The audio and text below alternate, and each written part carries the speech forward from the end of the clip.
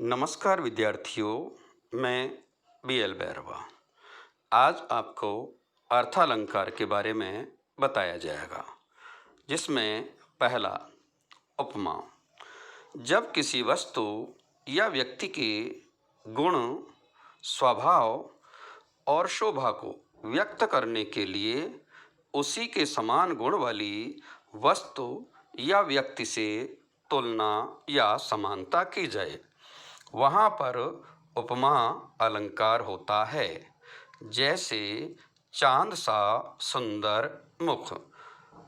उपमा अलंकार के 4 घटक अंग होते हैं।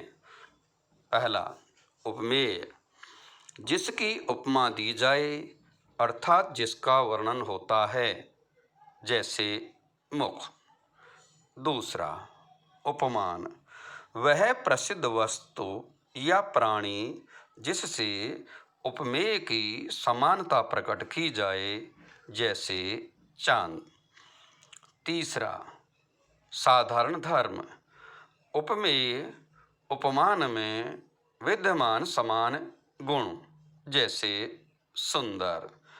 चौथा, वाचक शब्द, जिन शब्दों की सहायता से उपमेय और उपमान में समानता प्रकट की जाती है, जिनसे अलंकार की पहचान की जाती है, जैसे सा, सी, जैसा, सम, ज्यों, के समान आदि। यदि किसी पंक्ति में चारों तत्व होते हैं, उसे पूर्णोपमा कहते हैं, लेकिन एक भी तत्व कम हो तो उसे लुप्तोपमा कहते हैं। उदाहरण, पीपर पात सरिस मन डोला। दूसरा, हाय फूल सी कोमल बच्ची हुई राख की ढेरी। तीसरा, सूरदास अबला हम भोरी गुर चाटी ज्यों पागी। तो बच्चों, इन तीनों ही पंक्तियों में आपने देखा है कि एक वस्तु की दूसरी वस्तु से तुलना की गई है, इसीलिए यहाँ पर उपमा अलंकार दिखाई देता है। दूसरा भेद है रूपक अलंकार, जहाँ गुण की अत्यंत समानता के कारण उपमेय उपमान में अभेद आरोप किया जाए, वहाँ रूपक अलंकार होता है।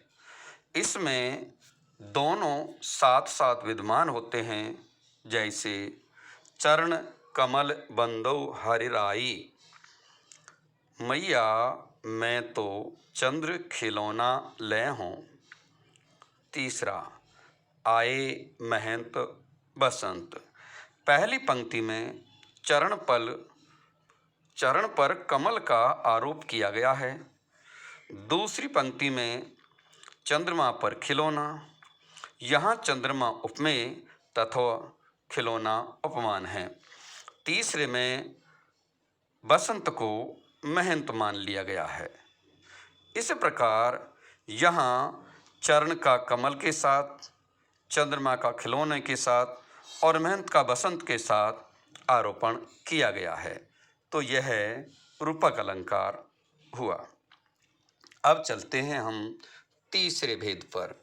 तीसरा भेद है उत्प्रेक्षा अलंकार, जहाँ उपमेय में उपमान की संभावना प्रकट की जाए, वहाँ पर उत्प्रेक्षा अलंकार होता है।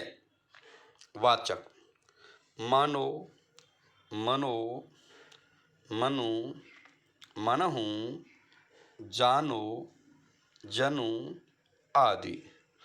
जैसे सोहत ओढ़े पीतपट श्याम सलोने गात, मनो नीलमणि शैल पर आतप पर्यो प्रभात।